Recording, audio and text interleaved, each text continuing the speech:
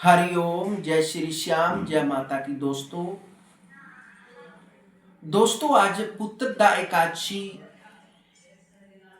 का व्रत के बारे में बताने वाले हैं कि पुत्रदा एकादशी का व्रत कब रखा जाएगा, क्योंकि अब की बार पुत्रदा एकादशी पर काफी असमंजस वाली स्थिति बनी हुई है। क्योंकि 30 दिसंबर को भी पुत्रदा एकादशी का व्रत दिया हुआ है और 31 दिसंबर को भी। तो इस विषय में शास्त्र क्या कहता है, क्या निर्णय देता है कि 30 दिसंबर को व्रत रखना श्रेयकर रहेगा या फिर 31 दिसंबर को श्रेयकर रहने वाला है। क्योंकि जो पौष मास शुक्ल पक्ष की पुत्रदा एकादशी होती है यह बहुत ही विशेष एकादशी होती है। वैसे तो हर मास में जो दो एकादशी आती हैं, कृष्ण पक्ष की एकादशी, दूसरी शुक्ल पक्ष की एकादशी, वह एकादशियां भी बहुत अद्भुत और महत्वपूर्ण होती हैं। लेकिन जो पौष मास शुक्ल पक्ष की पुत्रदा एकादशी होती है यह बड़ी विशेष एकादशी मानी जाती है, क्योंकि इसका व्रत करने से दंपति को विशेष पुत्र संतान प्राप्ति होती है और उसको वह दीर्घजीवी और बुद्धिमान श्रेष्ठ संतान की प्राप्ति होती है जो इस व्रत को करता है। वैसे भी यह संतान की दीर्घायु करने के लिए, वह उनको श्रेष्ठ बुद्धिमान बनाने के लिए यह व्रत किया जाता है। तो 30 दिसंबर 2025 दिन मंगलवार को यह वर्ष की लास्ट एकादशी होती है, जो कि स्मार्तों के लिए 30 अक्टूबर 2025 दिन मंगलवार को व्रत रखना श्रेयकर रहेगा और 31 दिसंबर को वैष्णव के लिए पुत्रदा एकादशी का व्रत रखना, वह जप, हवन, ब्राह्मण भोजन, दान करना श्रेयकर रहता है। जो इस व्रत को करता है उसे श्रेष्ठ पुत्र की प्राप्ति होती है, क्योंकि यह व्रत जीवन के सभी दुखों को दूर करने वाला होता है। जो निसंतान दंपति है उनको श्रेष्ठ पुत्र संतान की प्राप्ति होती है और जिसके घर में संतान है उनके संतान दीर्घजीवी व बुद्धिमान बनते हैं। क्योंकि शास्त्रों में निर्णय सिंधु के अनुसार एकादशी तिथि दो प्रकार की होती है, एक विदा एकादशी, एक सुदा एकादशी। जो एकादशी दशमी युक्त होती है,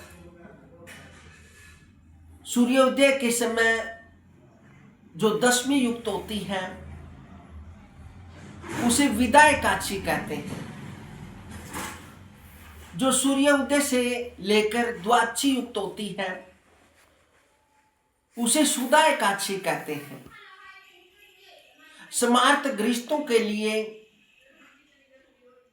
विदा एकादशी व्रत करने का शास्त्र निर्णय देता है और जो सन्यासी हैं, जो वैष्णव हैं, उनके लिए सूर्योदय एकादशी व द्वादशी युक्त एकादशी का व्रत करने का शास्त्र आज्ञा देता है। इसलिए 30 दिसंबर 2025 दिन मंगलवार को एकादशी तिथि सुबह 7:30 पर प्रारंभ होगी, जो कि अगले दिन 31 दिसंबर 2025 दिन बुधवार को सुबह 7 बजे तक रहेगी। इसलिए दशमी युक्त तिथि प्राप्त होने के कारण स्मार्तों गृहस्थों के लिए 30 दिसंबर को एकादशी व्रत करना श्रेयकर रहेगा, क्योंकि यह विशेष विष्णु भगवान को समर्पित व्रत होता है। इसमें विशेष विष्णु भगवान की पूजा अर्चना की जाती है। सुबह ब्रह्म मुहूर्त में उठकर स्नान आदि से निवृत्त होकर अपने इष्ट देवता कुल देवता का पूजन करने के उपरांत विष्णु भगवान की पूजा करनी चाहिए और पुत्रदा एकादशी का विशेष एकादशियों का पूजन करना चाहिए और कथा भी अवश्य सुननी चाहिए।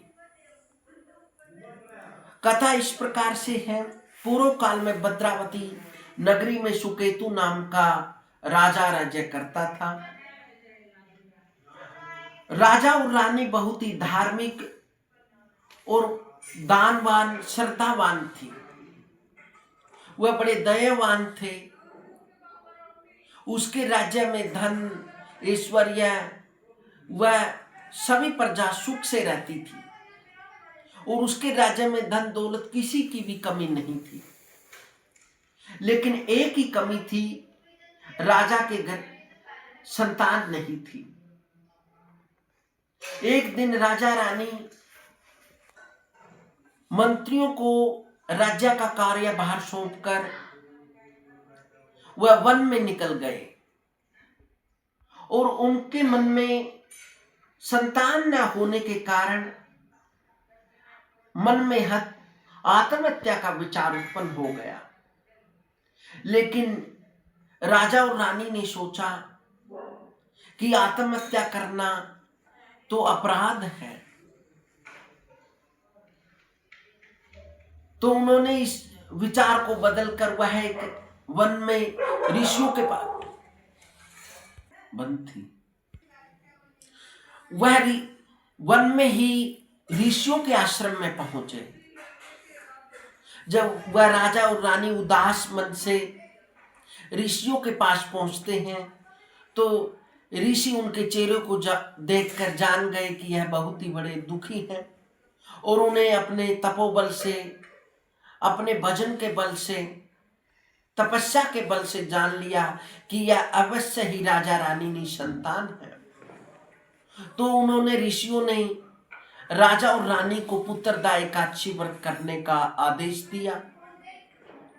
उन्होंने कहा कि कल को पौष मास की शुक्ल पक्ष की पुत्रदा एकादशी है। आप विधि विधान से पुत्रदा एकादशी व्रत करिए।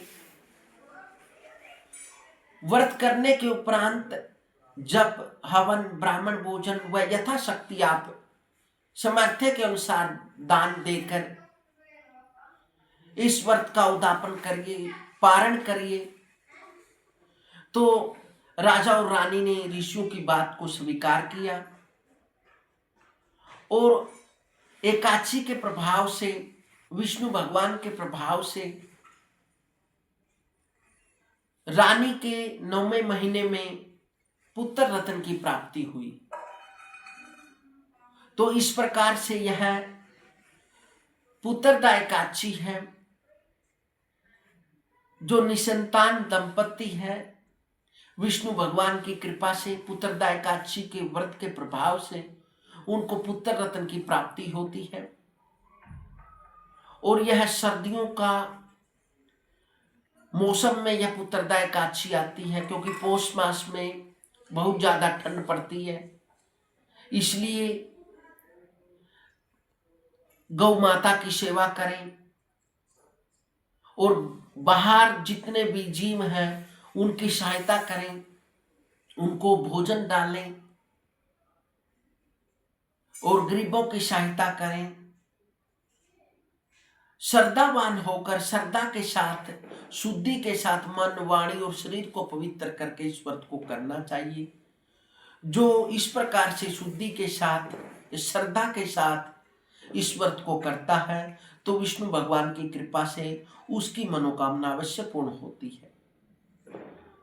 इसलिए यह एकादशी व्रत बहुत ही महत्वपूर्ण है। आशा करते हैं साथियों आपकी सभी मनोकामनाएं पूर्ण हो। मिलते हैं अगली वीडियो में, तब तक हरिओम, जय श्री श्याम।